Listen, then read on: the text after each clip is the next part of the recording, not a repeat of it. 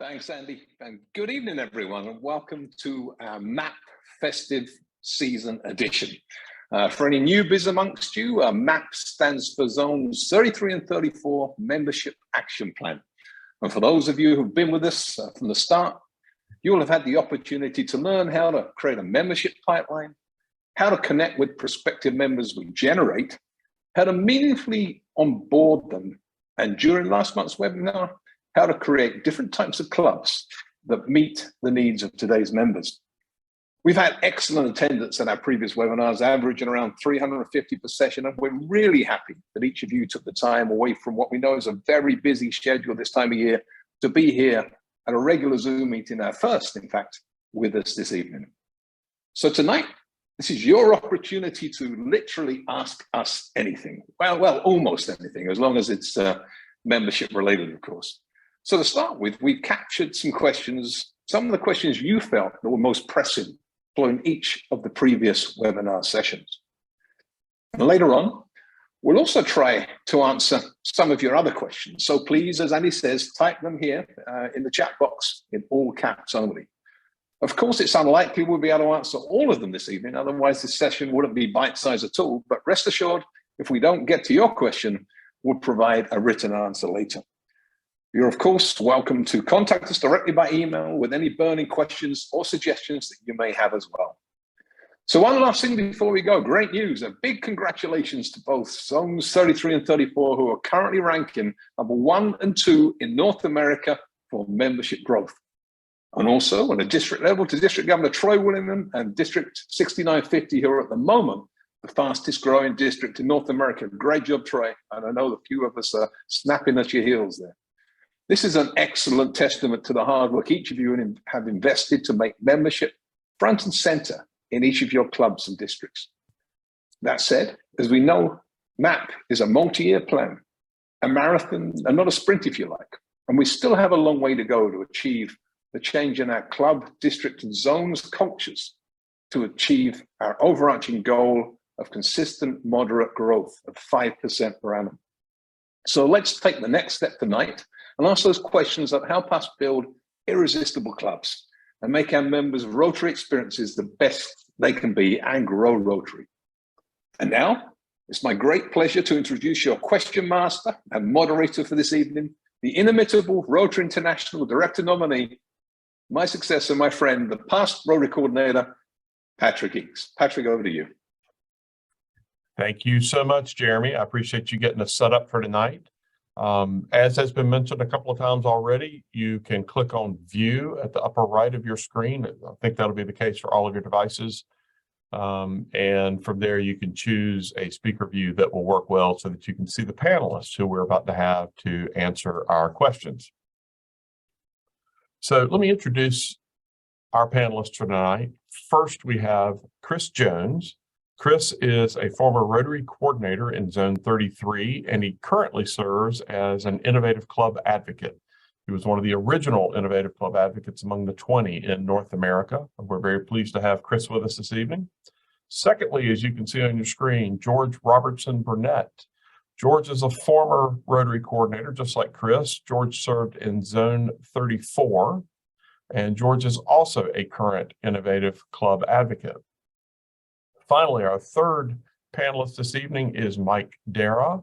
Mike is also a Zone 34 Innovative Club Advocate, but unlike our other two panelists, he is currently the Rotary coordinator serving Zone 34.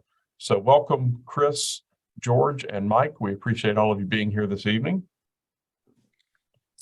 Good to be with you, Patrick. Thanks, Patrick. Looking forward to it. Great. And as Jeremy mentioned, we have taken questions that have been posed in past sessions, as well as some questions that were submitted to us by those of you who registered for this event. We've curated them into what we think is a manageable list, and we're gonna see how smart our panelists are tonight as we pose these questions to them. I'm thinking they're going to do just fine. I have a lot of confidence in these guys. They're truly membership experts. So first, thinking back to our very first MAP webinar, which focused on creating a membership pipeline, we received this question. Should you invite a prospective member to a meeting as his or her first introduction to Rotary? George, you want to take that one on? Yes, I'm glad to. Well, this can work, and frankly, this is still widely practiced. But many clubs find that a Rotary information hour, also called Discover Rotary, is more effective. Whilst meetings give a great opportunity to meet existing members, we should be aware that club meetings are very much aimed at these existing members. And our meetings generally have inclusions that, without explanation, are rather confusing to the non-initiated. Happy bucks, fines, bossy sergeants, and let's not forget the singing. These can serve to confuse and possibly may even cause unease in prospective members. As a reminder, Rotary information meetings are generally attended by prospective members, unlike fireside chats, which are generally attended by new members. Discover Rotary meetings are the perfect opportunity to discover whether interested folks are a good fit. And of course, it's a two-way traffic. They have a better opportunity to assess whether Rotary is right for them, because they know that the club is what the club is all about and have had the opportunity to ask any questions. I also want to mention that inviting interesting parties to your service projects is a great opportunity to engage service-minded individuals. The desire to do service in the community is a prime motivator for possible club members. And I hope that answers the question. I'll be happy to elaborate if required. George, I think you answered that beautifully. Thank you so much for that. Staying within the topic of creating a membership pipeline, we had a question that said, what prospect tracking tools are available for clubs to use? Chris Jones, would you answer that one for us? Patrick, thanks for the question, and good evening, everybody. We look forward to answering all of your questions this evening. And relative to tracking tools, for those of you that are on DACDB, DACDB has a phenomenal customer relationship management, or otherwise known as the CRM tool, that's available. And it really is an excellent option. If you haven't had the chance to go in and play with it yet, I encourage you to do so. And if you're looking for some training on the CRM module, that's available to you in the support and training tab of DACDB. As a bonus, if the prospect joins, the prospect info can be converted directly into a member inside your club. So it's a really convenient and good tool to use. Other options include Excel spreadsheets, some other programs like MailChimp or HubSpot, or even paper index cards. But I think what's most important here is that you have a system and that you use the system regularly and make sure that everybody inside your club is aware of the system and everybody can use the system that you've implemented. And like George, happy to elaborate on any further questions that come up. Great. Thank you, Chris. Okay, let's think about our second webinar, which was called Connect with Prospects. You can see the key takeaways from that particular webinar on your screen. We had a question I think fits right into this from one of our attendees. It says, our previous section mentioned Rotary information or Discover Rotary hours. How often should a club hold those types of events? George, what do you think? Well, I think there's many answers to that. How often you schedule the Rotary information or Discover Rotary hour will vary greatly based on the size of your club. Your attrition rate, that is the rate at which your club loses members, of course, and your attraction rate, plus, of course, the club's capacity and desire to hold these events. In general, though, large clubs should aim for monthly Discover Rotary hours, while smaller clubs may consider bi-monthly or quarterly to suit their needs. If you're looking at less than that, then the club may need to consider how serious it is about growth and development. Solid sounds harsh, but I do believe that this is such an important element of the growth of a Rotary club to have these Discover Rotary meetings on a regular basis. I'll hand that back to you. Thank you, George. And before we move to the next question, let me just mention, I think it was mentioned before, but if you have questions, that you would like to add to those that were previously submitted. We hope to get to those. You can put those in the chat in all capital letters. And we'll do our best to get to those. Just wanted to remind you of that. So sticking in this topic of connecting with prospects, where is the best place to hold a Rotary Information Hour or a Discover Rotary Hour? Mike, Darragh, what do you think? That's really important. There are two things you need to do. One is you need to make it convenient, but the other is that you need to choose a place where you can concentrate on those folks that are joining. It's really good to have 3, 4, 5 visitors in one of these sessions, so you get a chance for all of them to feed off each other with questions, and maybe 2 or 3 Rotarians. But the important thing is to have it before, let's say, convenience, before your meeting.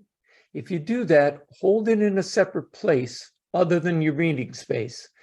It's really just, it really makes it difficult for the people that are visiting when people keep coming by and they're Rotarians, they've got the best intentions, and they start talking to you a bunch. That just disrupts the flow of what's going on. So hold it in a different room and then involve those folks that are looking at your club and make certain you answer their questions. And most of all, you tell them what Rotary is and what expectations Rotary has. Back to you, Great. Patrick. And Mike, just to be clear, separate room could still be in the same building so that it's convenient to the meeting, but just a separate, quieter space, right? Absolutely, yeah. And if you have to do it inside a room that has other things going on, make certain to get well segmented from the other folks and not have a bunch of Rotarians passing by the table. Sure. Okay. Thanks so much. So our next question that was submitted, can an e-club or a virtual-based club hold a Rotary Information Hour? Chris, what's your opinion? Patrick, I can tell you that virtual-based clubs and e-clubs do a fabulous job of attracting people online on a regular basis. So absolutely. And in fact, during the pandemic, many clubs held Rotary Information Hours and successfully attracted new members during that period of time. And as COVID restrictions have eased, some clubs hold both in-person and virtual information hours. So the key to all of this is be creative and don't let a situation stop you from your attraction methodology. Get outside the box and think about how you can solve the problem and then go be a problem resolver.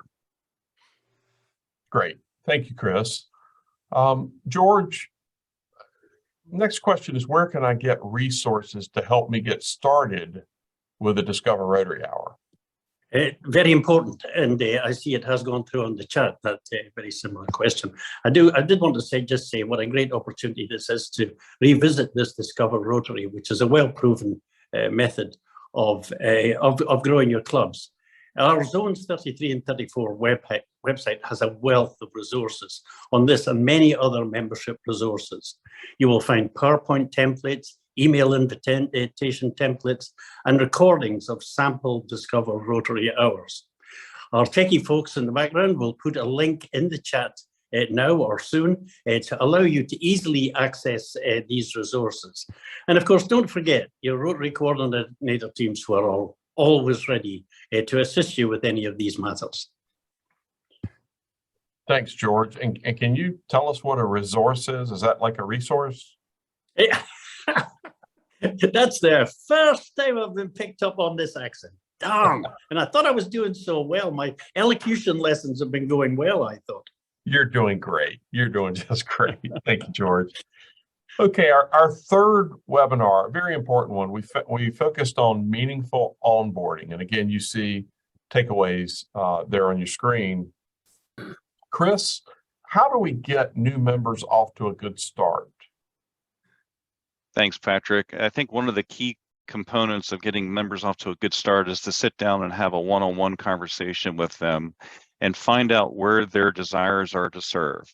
I can tell you that the year that I served as club president many years ago, I sat down with every new member, and ask them two questions. The first question I ask them is, what do you want to get from Rotary?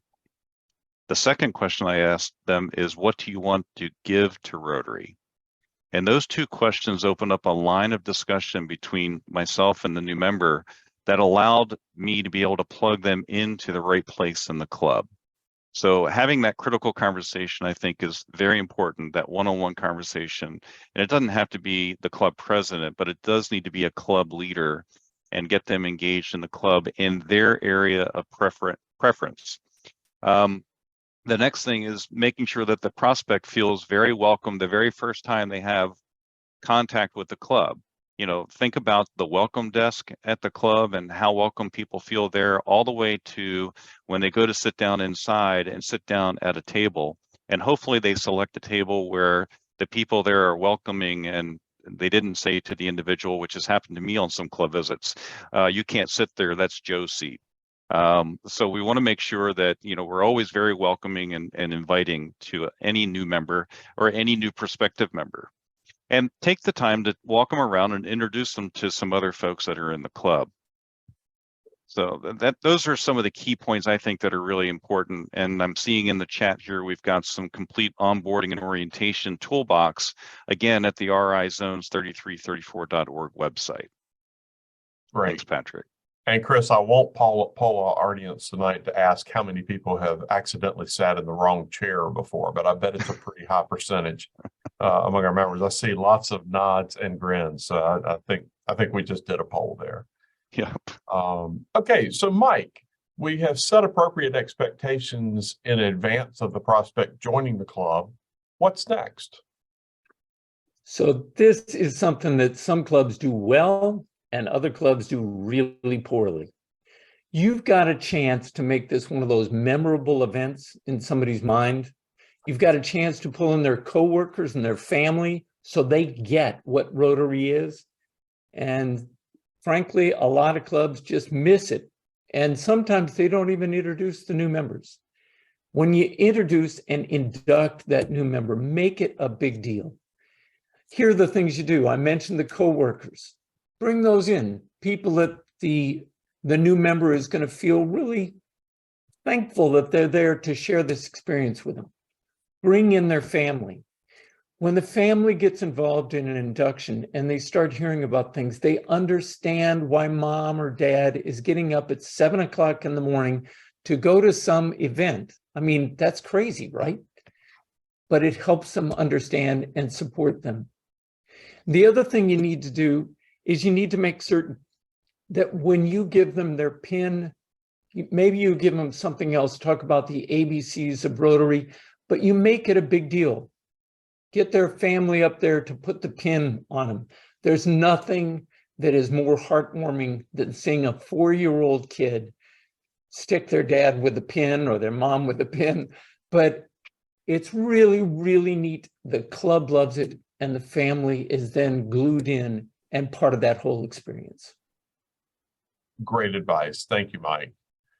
So George, we've talked about prior to induction. We've talked about induction being a big deal. We know that we have a hard time holding on to our members in the first 3 years.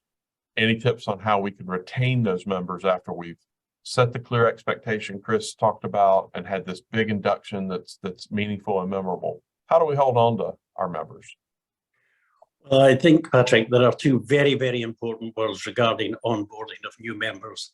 And they're not new to this audience, I'm sure. They're engagement and value. Getting a new member is not the end of the process. In many ways, it's the beginning. Engaging the new member in the club's activities, delivering on their expectations, and ensuring their involvement by offering opportunities to serve are critical to their feeling comfortable with their decision to join. We need to remind new members, it's not just about belonging, it's about participating. Red badge programs and STAR programs are a great way to encourage full involvement in the club's efforts, and social events are also a great way to build on fellowship and friendship aspects. If you're not familiar with STAR programs or Red Badge, please get in touch with your Rotary Coordinators team and they will enlighten you as to what those are about. So I also mentioned value. It's not just about giving value for their commitment to Rotary, but also recognizing that they are valued as a member of the club. As I like to put it, every member has value, every member is valued. Life happens, and we know we will lose some members who move location or jobs and have changing circumstances. But vibrant clubs have an irresistibility that makes retention far easier. Delivering good meetings, great fellowship, and relevant, heartwarming projects are a magnet for caring, service-minded people who are the backbone of our organization. You may have noticed I mentioned irresistible clubs there, and just a quick plug for our meeting next month in January, which will be about irresistible clubs with a great duo, Scott and Pepper. If you haven't heard them, please make sure to register for that. The Zone website is, as always, a great resource to assist you with the onboarding process. Again, our techies will give you a link in the chat box, which I hope shall appear very, very quickly. Now, you will notice I called it Rotary, and just to bite back about my accent, you will all have to remember how to call it that, because our incoming president next year will, of course, be calling it Rotary, not what you've been calling it. So please practice later, Rotary. Thank you. I'll hand it back. Thank you, George. I'm going to have to start practicing that now to have any hope by July 1st to saying it as Gordon will. So I'll be in touch later for some tips from you. Sure. Chris, George spoke to this, but what else can we do to get our members fully engaged in our clubs? Thanks, Patrick. And I do want to come back and emphasize one more time of meeting one-on-one with each member and find out where their passion for purpose is. I mean, that's just such a critical component to get them fully engaged in the club. Another idea is, why not allow each class of new members, those who have joined Rotary in a given Rotary year, to design, lead, and implement a new service project? I mean, what a great way to get a new group of people, not just the one individual, but the group of people, to engage in the club and share, again, their passion with the club. They'll bond as a class, they'll show their value to the club and get the club involved in a new part of the local community. So another idea just for you guys to try. I love that, Chris. Thank you. Thank you. Okay, well, let's move now to a couple of questions that we got from our fourth webinar, Creating Clubs for Today. This is a topic that really hits right in the middle of all of the innovation that you all have heard about and that we're experiencing, and frankly, as part of our success for those of you who are from zones 33 and 34. Mike, we've talked before about innovative membership types like active service, active social, e-members. Those were all covered in last month's webinar. How successful have these membership types been? And are you aware of any problems such as communication that are associated with these membership types? Well, as George would tell you, these have been very successful. But the key to all of these is meeting people where they are and with what they need. Those needs change over time. And as your club looks at your members, you need to think about your members and future members. Maybe you need to offer some options that help. So these options about active social, active service, they get people involved, they keep them involved, but they structure the meetings so that they don't have to, for example, pay for lunch all the time when perhaps they're not interested or they can't eat it. But here are three things that are really important you need to do. You have to keep people informed. And as you said, Patrick, the communication is really important. However you do that, whether it's email, TikTok, or whatever mode you use, the whole group needs to be on the same page. The second thing that's important is involve them in leadership. Make certain that if you have board meetings, even if your group, let's say it meets at a slightly different time and you've got a satellite or something, make certain those folks have access to coming to the board meetings and that they feel a part. The third part is, and this is crucial, especially when you're talking about things like virtual clubs or an e-club part of your club, streaming it to folks, you have to find a way so that folks interact. You can do that in Zoom. You can do that in a variety of different formats, but the power of Rotary is establishing that network of people that want to do good. And if we miss that network and you don't give that opportunity for folks to get to develop those friendships, you're really missing something. So I wrote down one other thing when I heard you talking, and that's this. We presented a variety of types. You may find out that that's not quite what your club means. The beautiful thing today is that you have the flexibility to change and to make your club fit your members. So do that, look at it, but keep thinking of those same things. Communicate, give access to leadership, and keep the interactions going. Thank you, Mike. I've got a follow-up for you. This was submitted by one of our participants. Should we be concerned that offering less expensive innovative membership types will cause our club to lose members who pay full dues? I've heard that before. And the reality is, if your club has pretty good retention, your folks are staying there because they're getting value for their money and for their time. What I found, and our club developed one of the first satellites. It was a fun satellite geared toward younger professionals.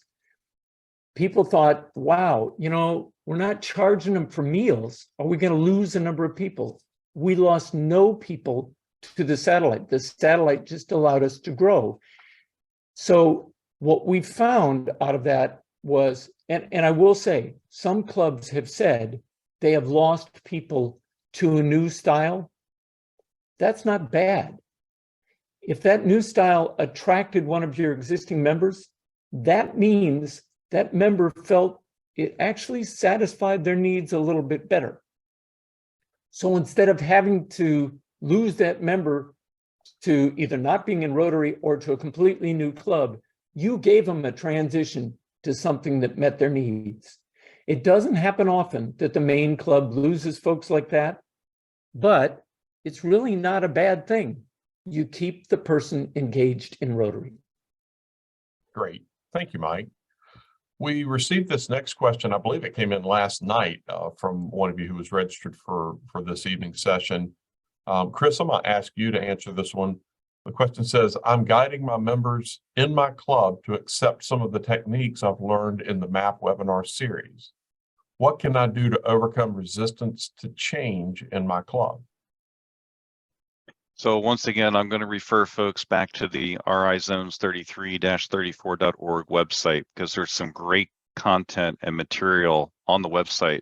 If you go there and you click on the search box and you type in the word culture, you'll come up with a litany of information on how you can help affect the club culture and to build a guiding coalition, to create vision inside your club, and most importantly, start to communicate heavily and celebrate short-term wins.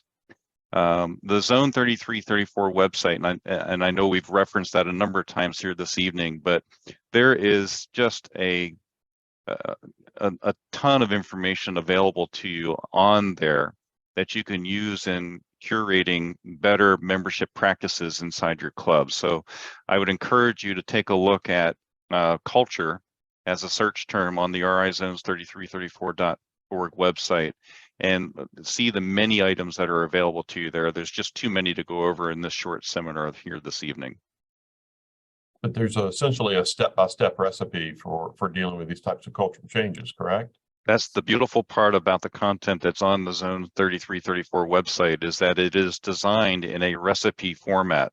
And like any other recipe, think about this for a second, like any other recipe, if you leave out an ingredient, you're going to end up with varied results. And so one of my favorite sayings that I've learned from my wife here lately is modify the plan, you'll modify the results.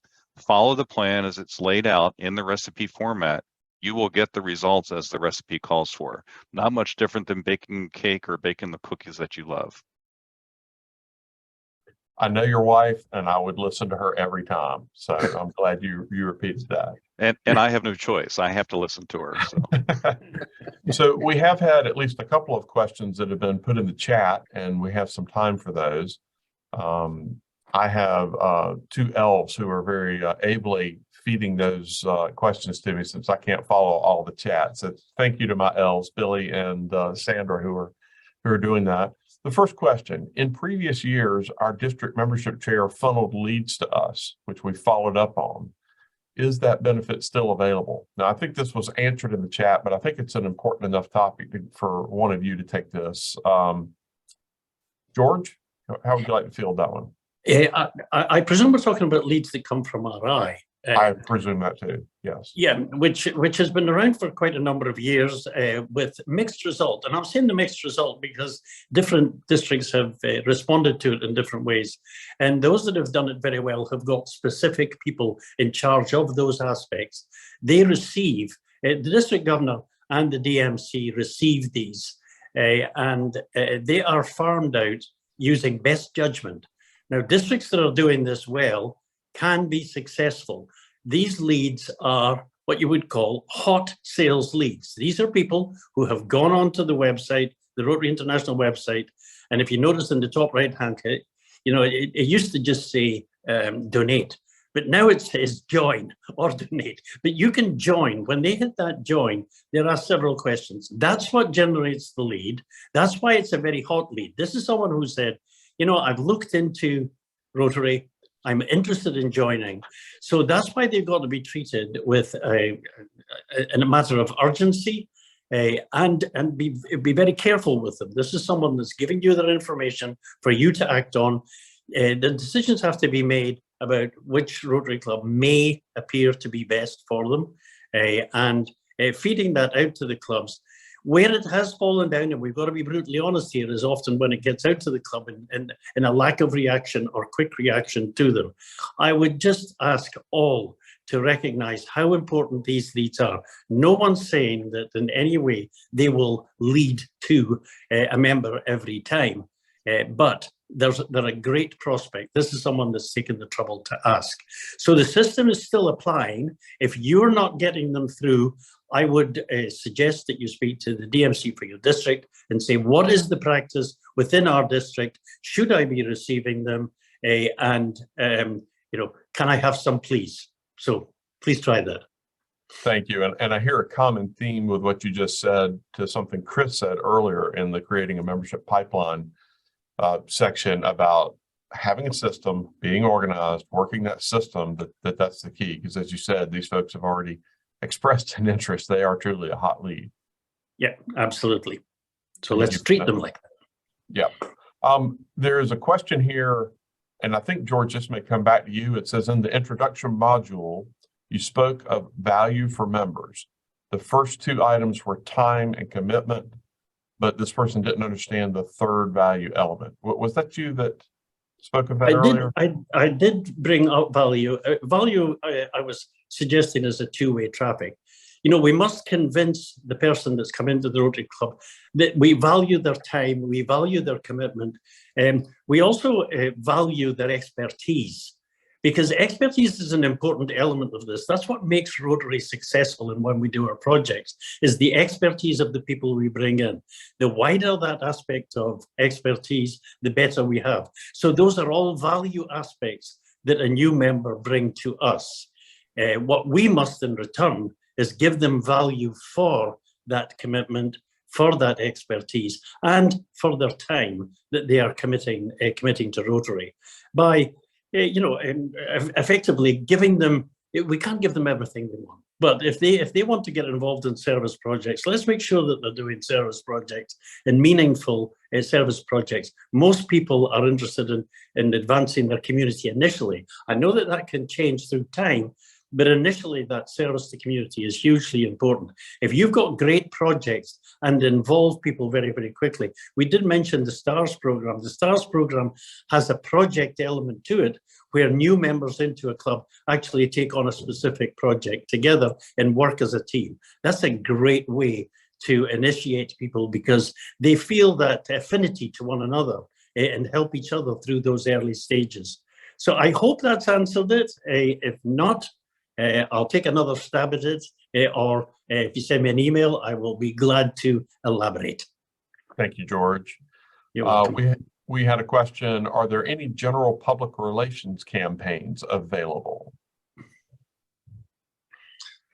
There are on the Rotary website in the Brand Center, there are a variety of, they're not actual campaigns that are ongoing from Rotary International. Rotary International is talking about that. We might ask Jeremy about that later on. He may know something about an overarching campaign in some locations, but there are some great resources that you can use to plug in your club's name, to use People of Action photos, all these sorts of things in what you're putting out.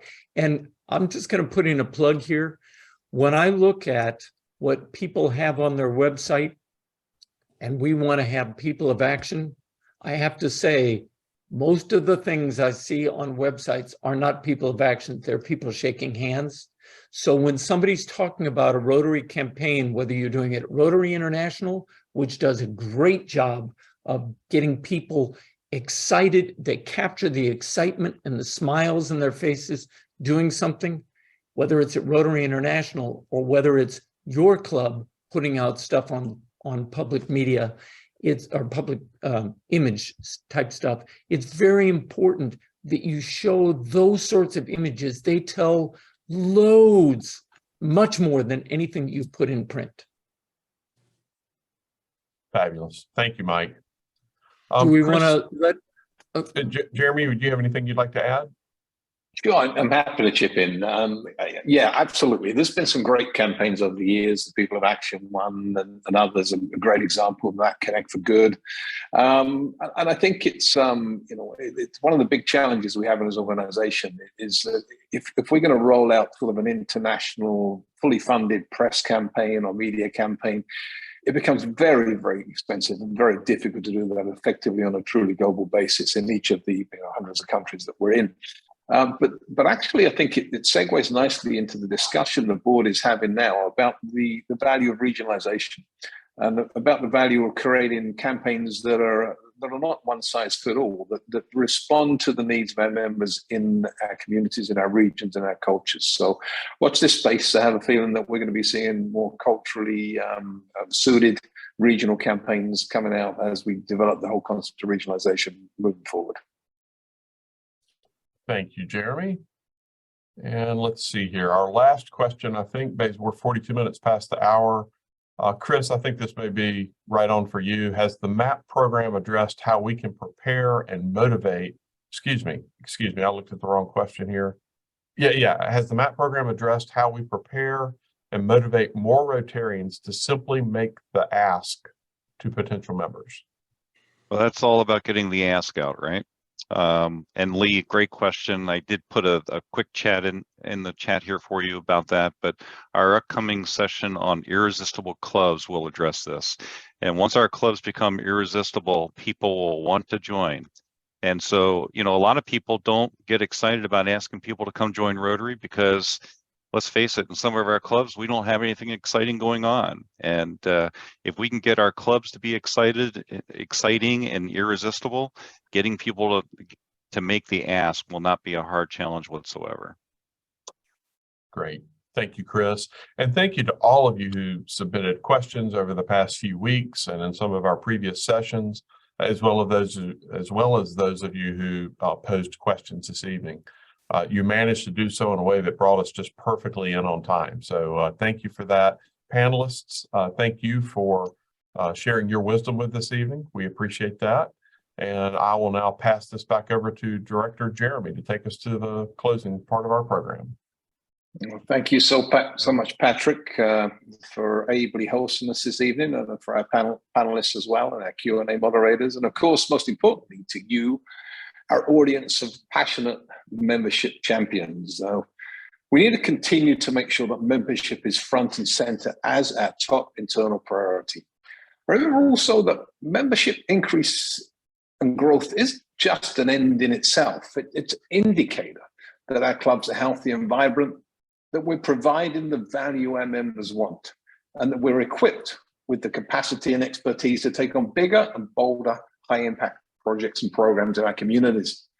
Membership growth provides us with the tools to increase our impact and expand our reach into our communities. Membership growth is the best indicator that we're enhancing our participants' levels of engagement and that we're adapting as an organization to better reflect the needs of our members and our communities becoming more diverse and inclusive, broadening our membership base as we do. In other words, MAP's goals are directly aligned with the key pillars of Rotary International's action plan and other key priorities.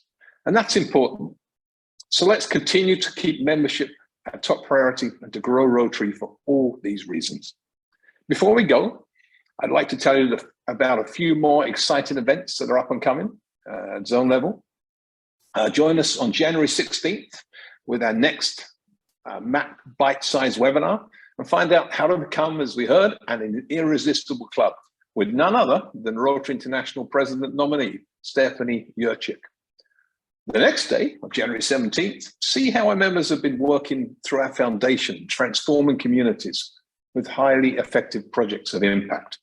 And then find out how to promote our projects by better collaborating with local media partners in Zone 33's RPIC team's Learning and Fun Public Image Series. So hopefully tonight has been valuable for each and every one of you. It's been a pleasure for us. Great to see your faces for a change. Some of those holiday jerseys and Santa hats. But on behalf of myself and Rotary International Director nominee Patrick and our full MAP team, I'd like to wish you, your families, the very best for a wonderful holiday season and a happy and prosperous new year when it comes. Thank you all so much. Good night.